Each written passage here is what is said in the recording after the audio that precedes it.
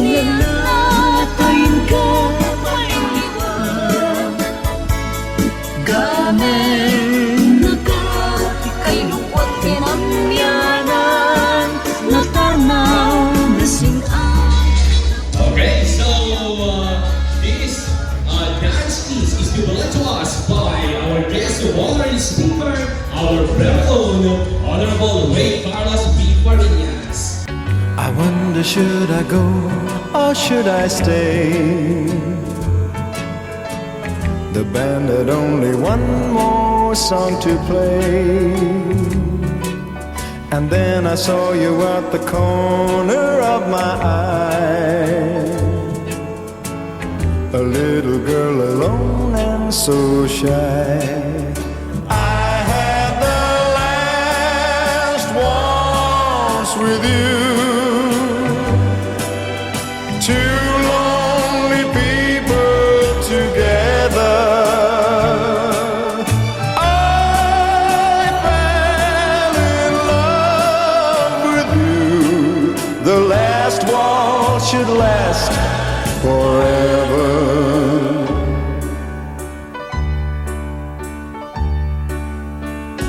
But the love we had was going strong.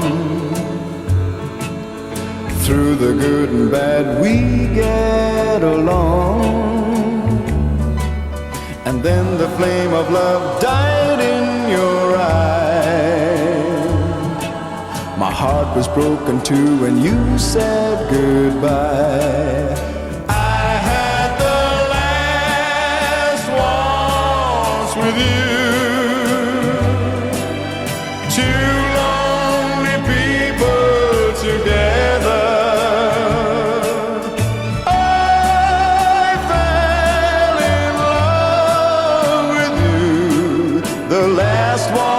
Should last forever. It's all over now, nothing left to say, just my tears and the orchestra play. La la la la la la la la la la la la la la la.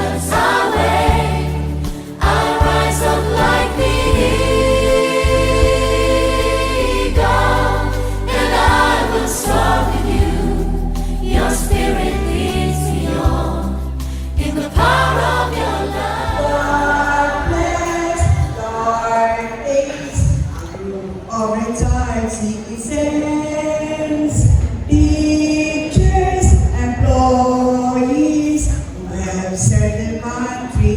Ladies and gentlemen, let's take another glimpse on Mrs. Lourdes Valentine's 2023 Her Majesty Queen Turkey Dippers. And we give a round of applause to our Mrs. Lourdes Valentine's 2023 Her Majesty Queen Turkey Dippers.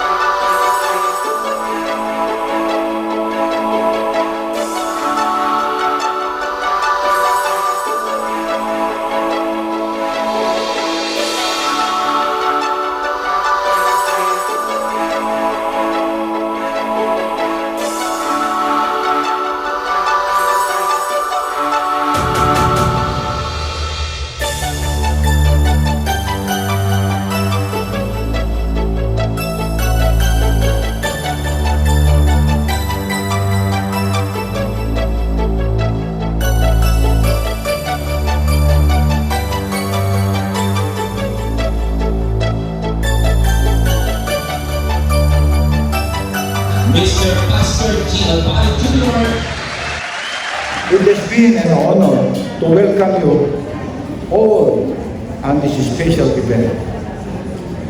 To our very dynamic and energetic Mayor, Honorable Michael Marcos Jr., wherever he is, members of the Sangguniang Bayan, Panlungsod of Lawag City, headed by our support team, Vice Mayor Honorable Ray Carlos B. Farinas, Mrs. Mary Ann, the NGO President for we continuously enjoy what we call the team. We are still a team. And what is the team together? And experience to a better, effective, and efficient service.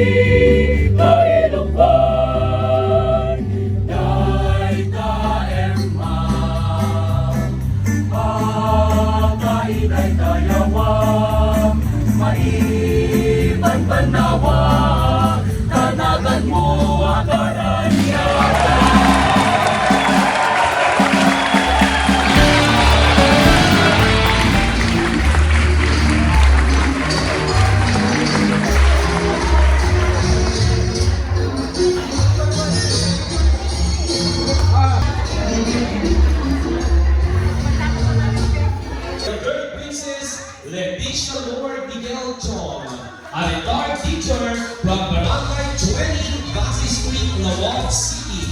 Her husband is the late Mr. Jose Alivio Chong, a retired government employee, and Jose Julius Chong, a businessman in Nakatawad of Barangay 20, Lawag City.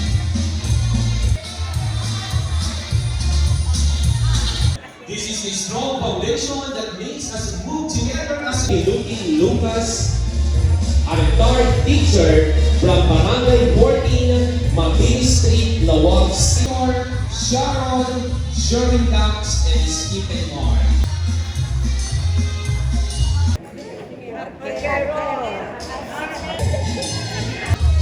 From Barangay 47, Bengkag, Lawag City.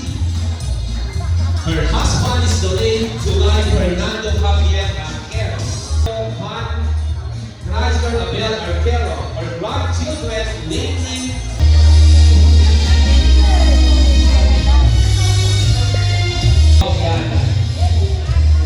a round of applause to our Her Majesty Queen, Feliz Saturnino.